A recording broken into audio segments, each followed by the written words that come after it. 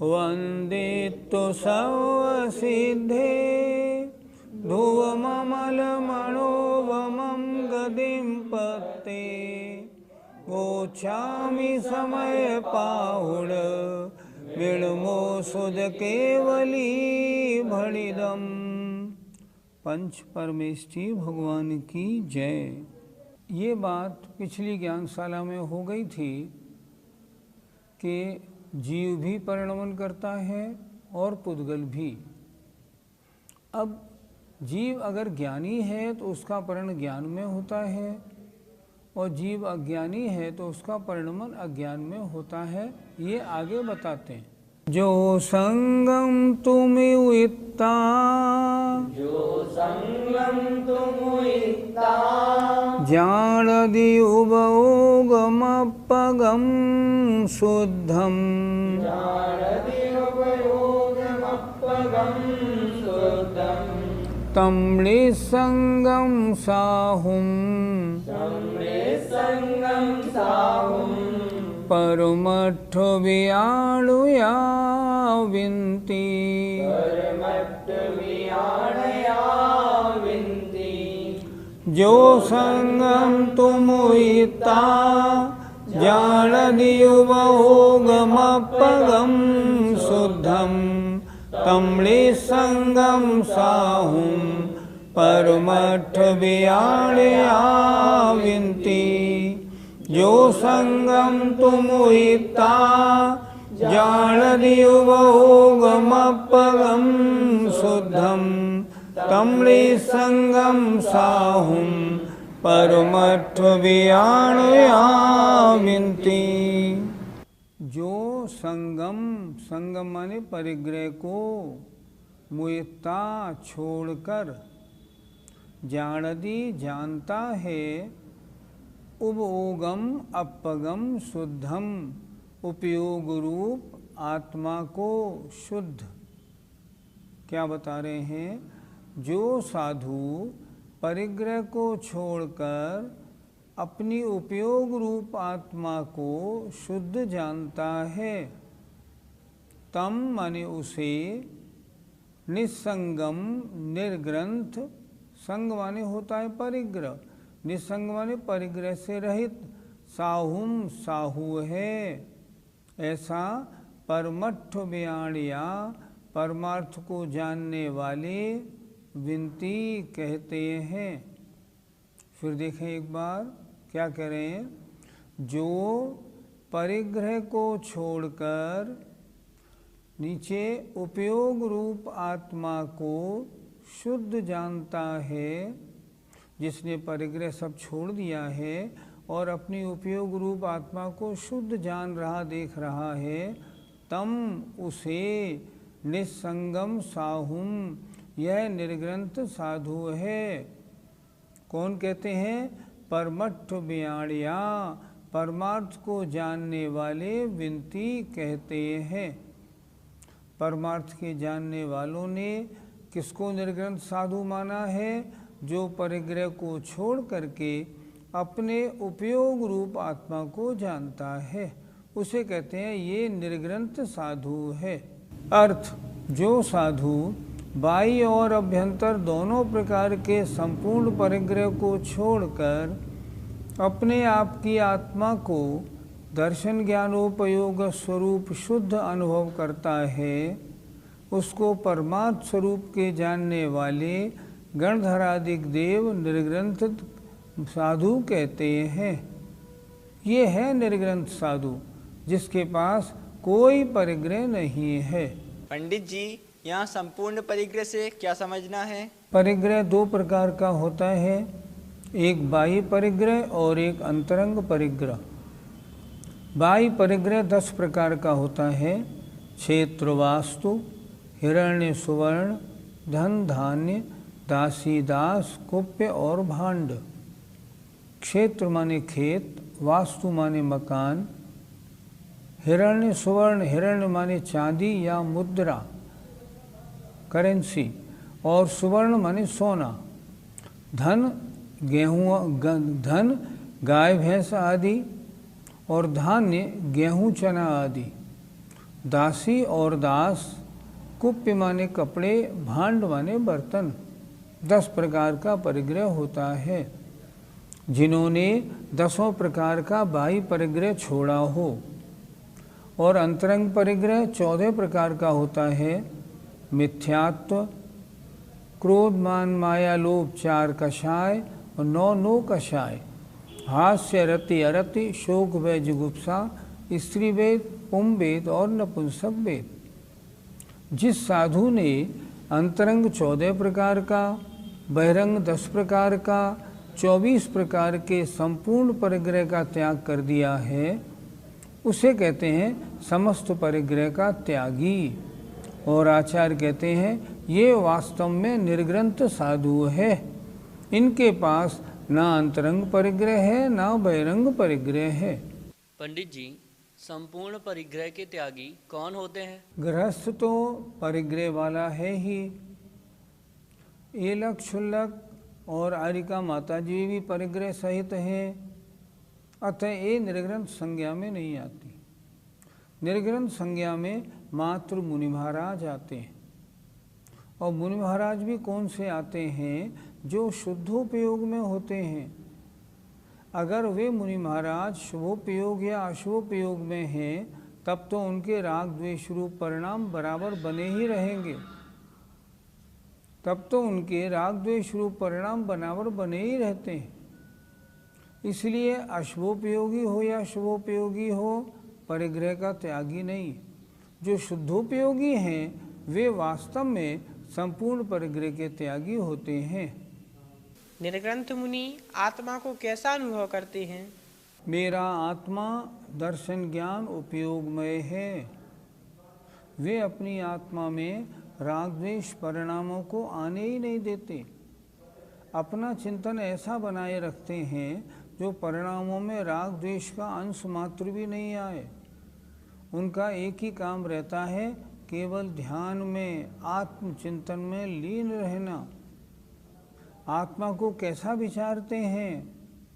स्वसंवेदन सुव्यक्तस् तनुमात्रो निरत्ययः अत्यंत सौख्यवान आत्मा लोकालोक विलोकिनः।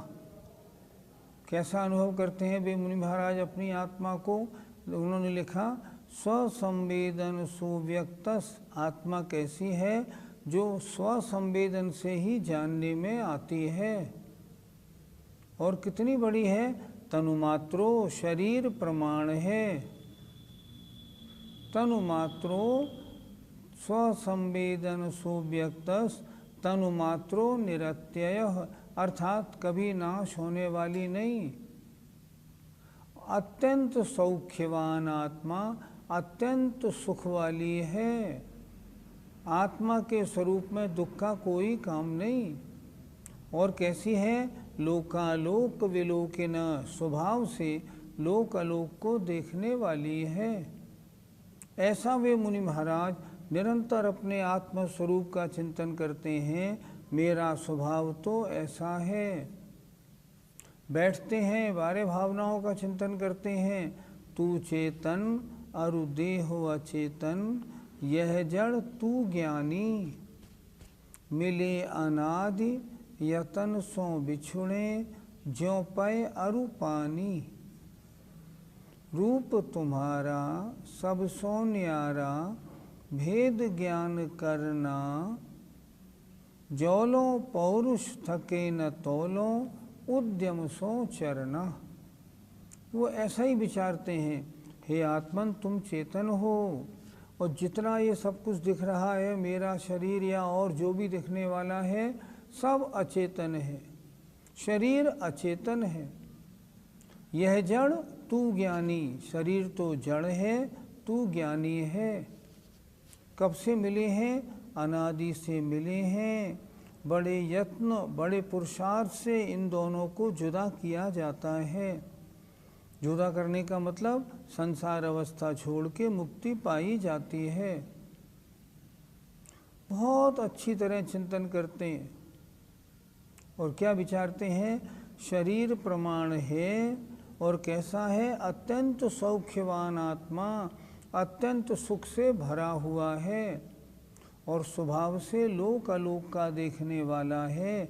ऐसा मेरा स्वभाव है।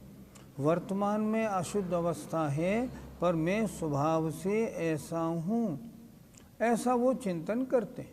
पंडित जी, परिग्रह छोड़ा कैसे जाता है? परिग्रह छोड़ने का मतलब ये नहीं उस वस्तु को नष्ट कर दिया जाए, फिर परिग्रह कैसे छूटेगा? मान लो मैंने इस मकान से ममत्व हटा दिया, मान लो मैंने इस मकान को बेच दिया, अब मेरा इससे ममत्व नहीं, तो क्या मकान को मैं नष्ट करूँगा? नहीं।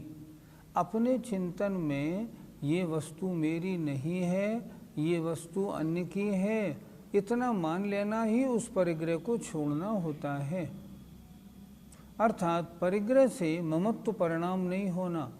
तत्वार्थ सूत्रकार ने परिग्रह की परिभाषा क्या लिखी? मूर्छा परिग्रह। मूर्छा ममत्व परिणाम, यह वस्तु मेरी है, ऐसा जो परिणाम है उसका नाम परिग्रह है। उससे ममत्व होना परिग्रह है। तो जिस वस्तु से अपने को अलग हटना हो, जिस वस्तु का त्याग करना हो, ये मेरी नहीं है ऐसी धारणा बना लीजिए, परिग्रह का त्याग हो गया। परिग्रह तो चारों ओर भरा हुआ है, उसे छोड़ के कहाँ जाएंगे? जहाँ जाएंगे वहीं परिग्रह मिलेगा।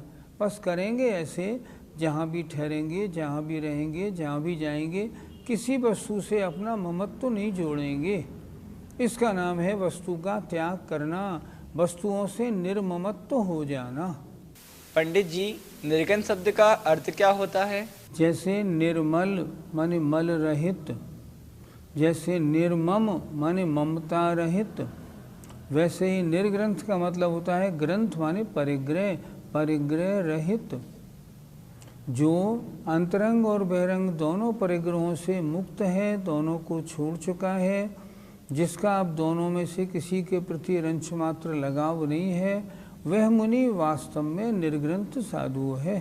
पंडित जी, क्या कोई साधु मोबाइल, लैपटॉप आदि अपने पास रख सकते हैं? फिर वे निर्ग्रंथ कैसे कहलाएंगे? निर्ग्रंथ का मतलब होता है अंतरंग बहिरंग परिग्रहों से रहित। अब उनके पास अगर मोबाइल या लैपटॉप है तो परिग्रह तो उनके पास है, फिर निर्ग्रंथ की कोटि में, मुनि की कोटि में नहीं आते, निर्ग्रंथ नहीं कहलाते। अगर वस्तु है तो उससे ममता है, ममता है परिग्रह है, फिर कैसे? नहीं, फिर मुनि की कोटि में नहीं आएंगे। इसलिए कोई मुनि भी तिल तुष्मात्र परिग्रह नहीं रख सकता। आचार्य कुंद महाराज ने तो बहुत ही स्पष्ट कहा है, मुनि महाराज के पास 3 चीज़ें, पीछी, कमंडलू और शास्त्र। इसके अलावा अगर कोई चौथी चीज़ है तो वो मुनि नहीं। उन्होंने लिखा, जय ले अप बहुयम तत्तो पुण्य जाय निगोदम। कितनी मार्मिक बात लिखी है उन्होंने।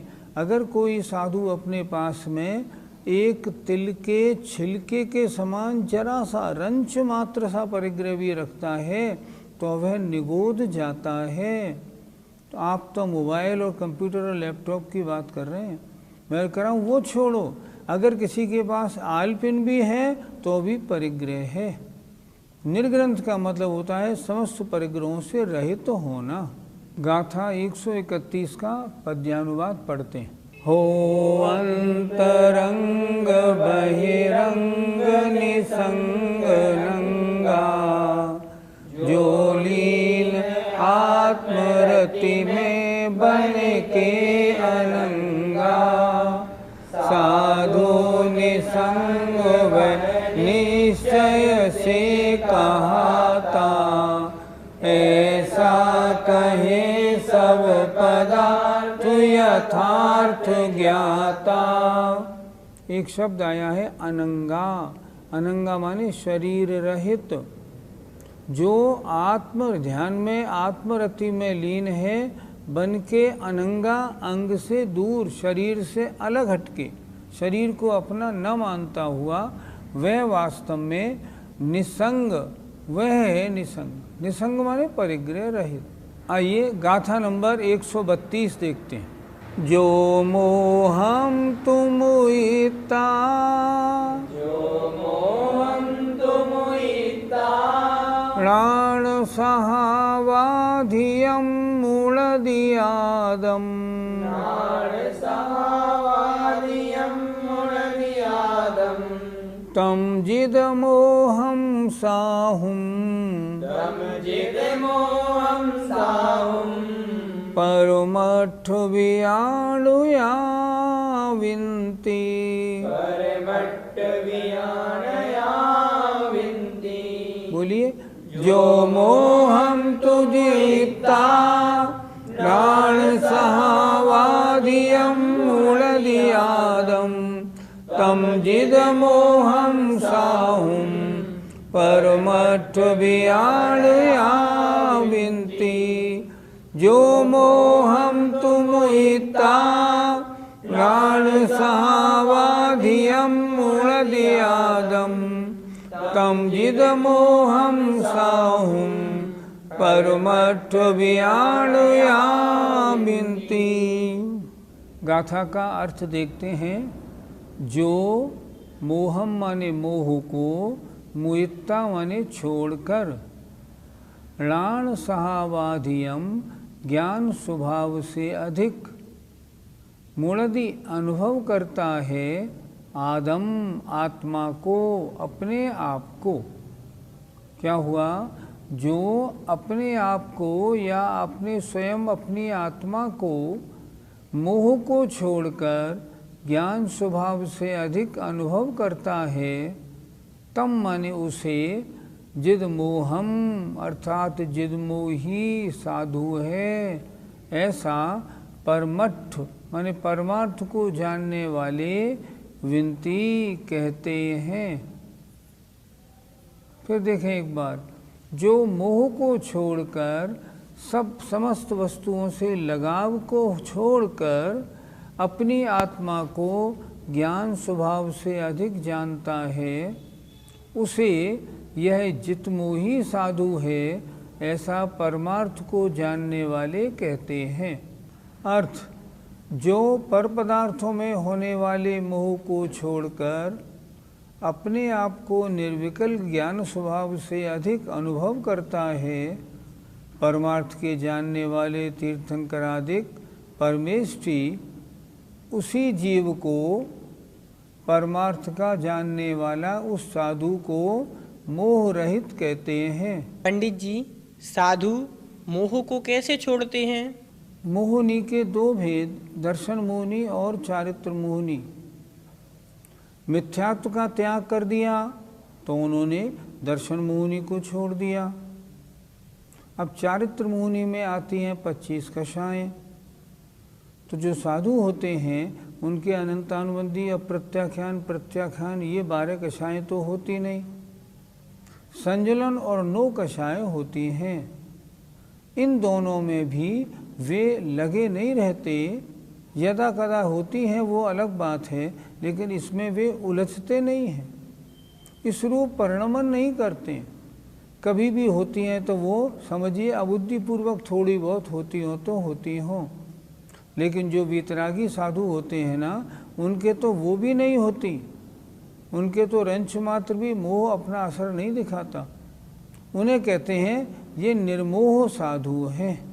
पंडित जी, ज्ञान स्वभाव से अधिक, इससे हम क्या समझें? बहुत से गुण ऐसे होते हैं जो अन्य द्रव्यों में भी हैं और जीव में भी हैं, जैसे अस्तित्व, वस्तित्व, प्रमेयत्व, प्रदेशवत्व, अव्यावादत्व आदि। तो ये गुण अन्य में भी हैं और जीव में भी हैं। पर जीव की पहचान किस गुण से होती है? ज्ञान स्वभाव से। जीव किसे कहते हैं? जो जानने देखने वाला हो। अगर हम ये कह दें जीव वो है जो अमूर्तिक है? नहीं, ये नहीं बना। क्यों नहीं बना? अमूर्तिक तो धर्म, आकाश, काल ये भी है, तो उससे अधिक नहीं माना गया। तो जीव में विशेषता क्या है कि एक उपयोगमयी ज्ञान दर्शन स्वभावी, इस स्वभाव से जीव अधिक है। अर्थात ये ज्ञान दर्शन स्वभाव अन्य किसी द्रव्य में नहीं पाया जाएगा जीव के अलावा।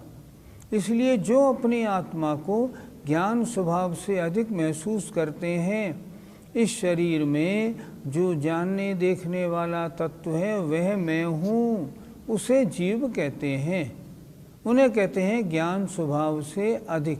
पंडित जी, मोह रहित साधु कौन से होते हैं? मोह रहित का मतलब होता है जिनके मोह या तो नष्ट हो गया हो या उपशमन हो गया हो। वास्तव में तो मोह रहित साधु हैं 11वें और 12वें गुणस्थान वाले, पर यहाँ द्रव्यान योग का विषय है।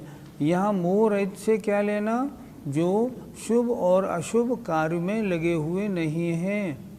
कैसे हैं? शुद्धोपयोगी साधु जो है ना, जो राग द्वेष से परे हो गए हैं, संकल्प विकल्प से रहित हो गए हैं, ऐसे मुनि महाराज को कहते हैं निर्मोही साधु।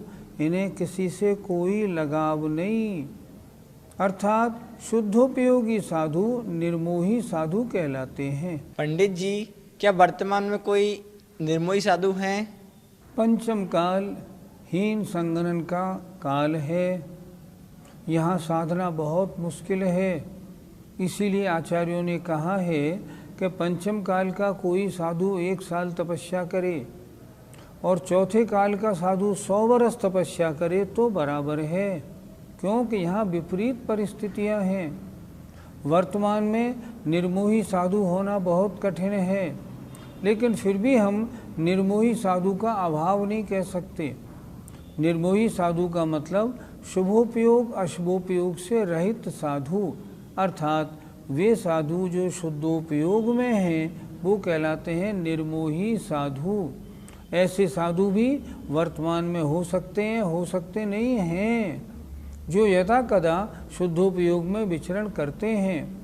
देखना हो संत शिरोमणि आचार्य श्री को जाके देख लो, विद्यासागर जी महाराज को।